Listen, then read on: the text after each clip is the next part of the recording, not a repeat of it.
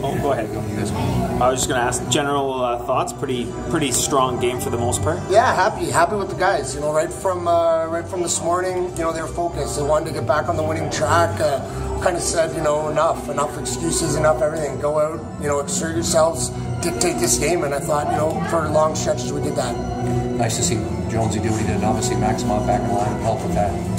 Yeah, you know, anytime you get Maximov in your lineup, it makes you, you know, your balance is way better.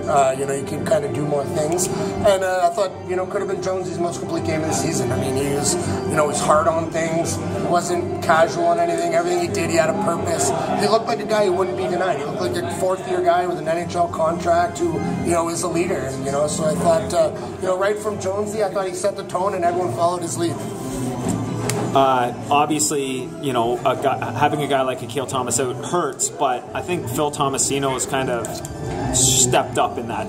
He's been huge. You can just see his confidence growing. You know, he's been great for us. You know, it's huge shoes to ask anyone to fill, let alone you know, a 17-year-old. But you know, nothing rattles him. He's a player. Real solid. You know, he's taking this opportunity. He's running with it. It's you know, great for him. Drew Hunter a couple years ago in training camp kind of surprised you, and he continues to surprise you. I didn't think he'd make the impact that he's made since he's come back in the lineup.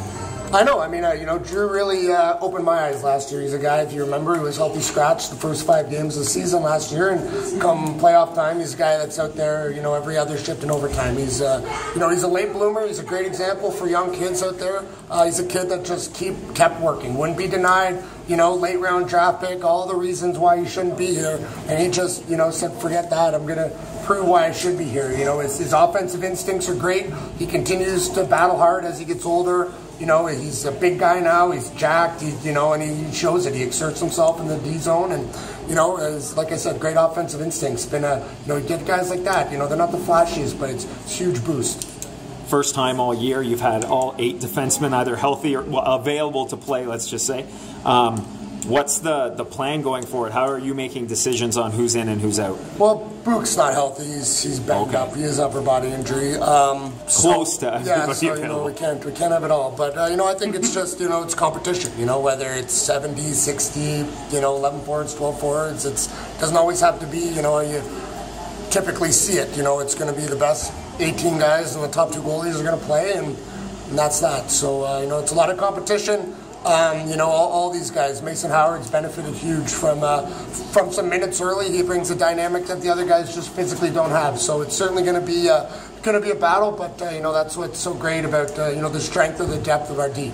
Is that one of the things as a coach it's a challenge, but it's also a huge pro, because you can say, you know, if you don't play today, you don't have a good game. Well, there's consequences now. Well, of course.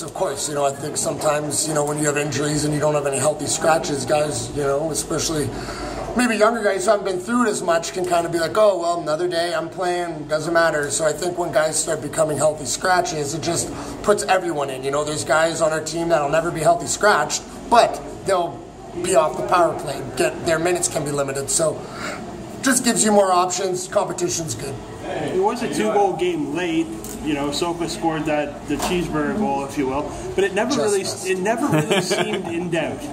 No, again, yeah, like, you know, we said at the end of the second, you know, these guys, you know, have 3 or 4 legit finishers on their team where if they got the puck in the O zone, these guys didn't score. So it was, we knew they didn't need a ton of chances. They really only need 1 or 2 to tie it. So the big thing was just do it the right way, do it from our end out. If you do it the right way and you don't cheat, what do you know? You've scored again. You know, when you're swinging and cheating, that's when it goes back and forth and becomes a flip of the coin. You can certainly enjoy it tonight, but you've got to get ready for Erie on Saturday night. It's typically a tough place to play. Yeah. How do you carry tonight's momentum into Saturday? You know, Erie's playing good. I think it becomes a maintenance day a little bit tomorrow and watch some video, and then you just get ready. You know, we're going to try a different routine here. You know, like you said, it's never easy, so we'll try something here on Saturday, and big game on Saturday, big game on Sunday. It's nice to start the weekend this way, but, you know, they keep coming, and, you know, it doesn't get any easier. Bukash day-to-day then? Bukash is day-to-day. He'll be out this weekend, but Akil still? Akil, no, he's day-to-day. He'll be back in town on Saturday. You know, probably won't play him Sunday, but just give him some rest. But he's day-to-day. He's close. He'll be back next week for sure. Thank you.